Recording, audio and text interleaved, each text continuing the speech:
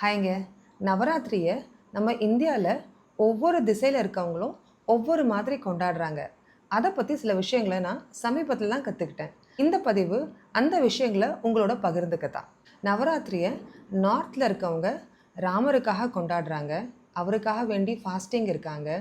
கன்னியா பூஜைகளும் செய்றாங்க. வெஸ்ட்ல பார்த்தீங்கன்னா, கர்பான்ற ஒரு டான்ஸ் ஃபார்ம ரிச்சுவலிஸ்டிக்கா பண்றாங்க. இதோட ஹல்தி கும்கும் அப்படின்ற ஒரு ரிச்சுவலையுமே அவங்க செய்கிறாங்க. நம்ம சவுத்தில் நம்ம ஒவ்வொரு ஸ்டேட்லேயும் ஒவ்வொரு மாடி கொண்டாடுறோம். குறிப்பாக தமிழ்நாட்டில் பார்த்தீங்கன்னா லலிதா திரிபுர சுந்தரி அவங்களுக்கு முக்கியத்துவம் கொடுத்து நவராத்திரியை கொண்டாடுறோம். அதுவே கேரளா போனால் சரஸ்வதியை முக்கியமாக வச்சு நவராத்திரியை கொண்டாடுறாங்க. ஆந்திரா போனால் பத்துக்கம்மா கனகதுர்காம்மா அவங்களுக்கு முக்கியத்துவம் கொடுத்து ஆந்திராவில் நவராத்திரியை கொண்டாடுறாங்க.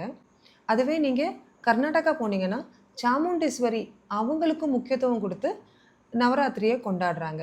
இல்லை ஈஸ்ட் பக்கமாக போனீங்கன்னா துர்கா பூஜா அப்படின்னு கிராண்ட் லெவலில் செலிப்ரேஷன் பண்ணுறாங்க. ஒவ்வொரு நாளும் ஒவ்வொரு துர்கை அம்மனை வழிபடுறாங்க. துர்கை அம்மன் மகிஷாசுரன் அப்படின்ற அரக்கன் மேலே போர் எடுத்து 9 நாள் போர் தொடுத்து 10வது நாள் அவங்க அவரை வதம் பண்ணுறாங்க.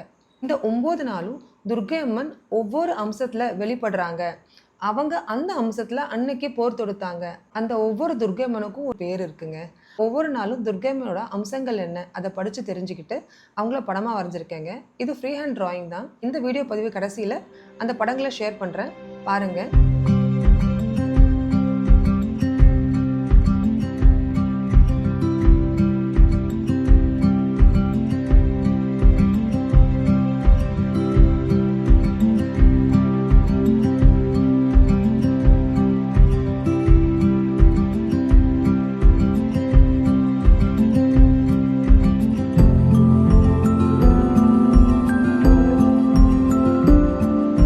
இது போல் நமக்கு பண்டிகைகள் வரும்போது அந்த பண்டிகை ஏன் வந்தது, எதுக்காக கொண்டாடுறாங்க, அதோட அடிப்படை என்ன அப்படின்னு கொஞ்சம் புரிஞ்சுக்க ட்ரை பண்ணோம்னா நம்மளோட வேர்களை நம்மளோட கலாச்சாரத்தை ஆழமாக புரிஞ்சுக்கிறதுக்கு ஒரு பெரிய வாய்ப்புங்க.